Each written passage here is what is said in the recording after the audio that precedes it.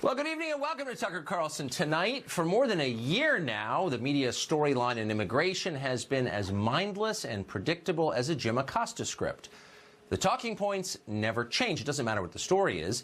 Could be the caravan or family separation, sanctuary cities, even MS-13. The details are irrelevant. Immigration is always good, whether it's legal or not, because immigrants are always good. It doesn't matter where they're from or how much English they speak or how they've lived their lives, what they've done before. Immigrants are always the heart of America. By definition, they're impressive, much more impressive than actual Americans, most of whom are fat and racist. That's Jim Acosta's position. Or it was. You may have noticed that the other channels suddenly seem less eager to talk about immigration. They're de-emphasizing the issue. Why is that? Well, part of the problem may be the caravan, which actually exists and is in Tijuana, Mexico right now. Now, this should be good news for Mexico, if you believe what they've been telling us on TV. If there's one thing we know for certain about penniless Central American immigrants, it's that they tend to found a huge number of wildly successful tech startups. They're at the heart of your economy. And yet, the citizens of Tijuana don't appear to have gotten this message because they don't seem grateful for the caravan. Instead, they look highly annoyed that their city has been invaded by strangers. As the city's mayor noted, when people enter your country illegally, many of them are criminals. These people are coming in violently, unrespectfully, not as a good law-abiding citizen, and that's what hurt us.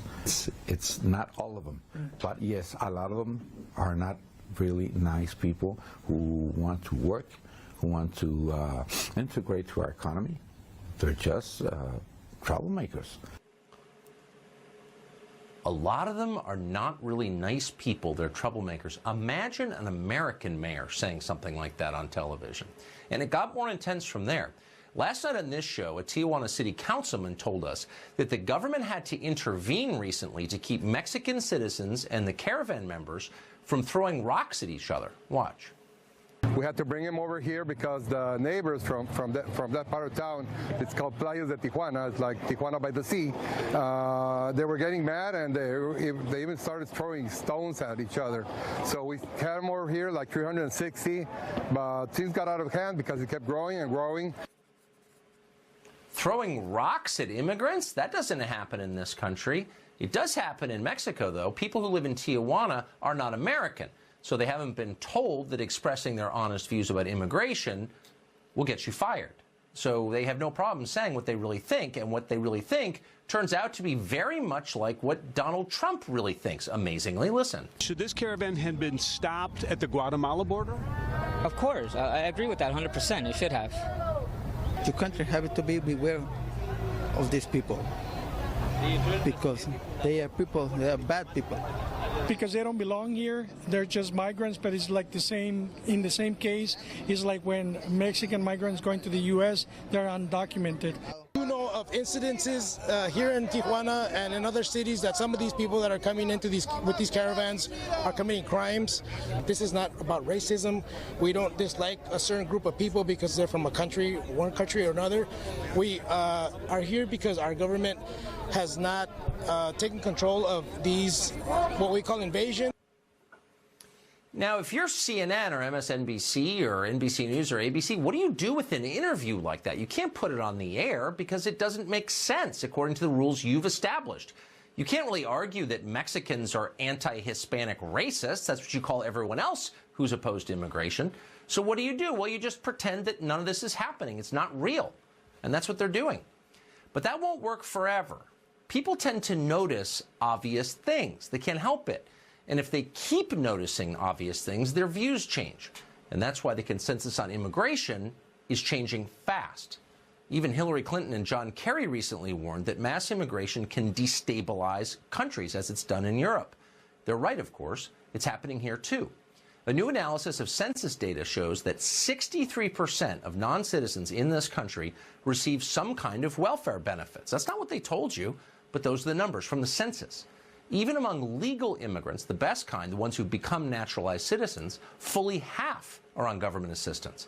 By the way, that's well above the native average. Now, leaving aside the moral considerations, Does it work as a math question? Well, it would work in a country with infinite resources.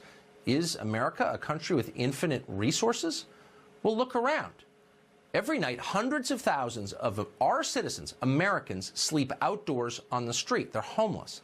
The country's middle class is shrinking and dying younger for the third year in a row. Again, these are American citizens. Some of them probably think they should have first dibs on help from the government, but they're not getting it. And by the way, looking forward, here's a question that no one's considering. Will the mass immigration we're now watching make this country richer or poorer? In fact, the majority of our immigrants have only a high school education or less. Many of them know very little English, some none at all. Now, that was a difficult problem to solve 100 years ago during our first major wave of immigration, but consider what it means now, at a time when automation is killing entire sectors of our economy. How are immigrants with low levels of education and low levels of English supposed to succeed in an increasingly high-tech, skills-based economy? And by the way, how about our own vulnerable workers? Do they benefit from the presence of these immigrants? These are real questions. They're critical questions that Washington should be thinking about deeply and answering.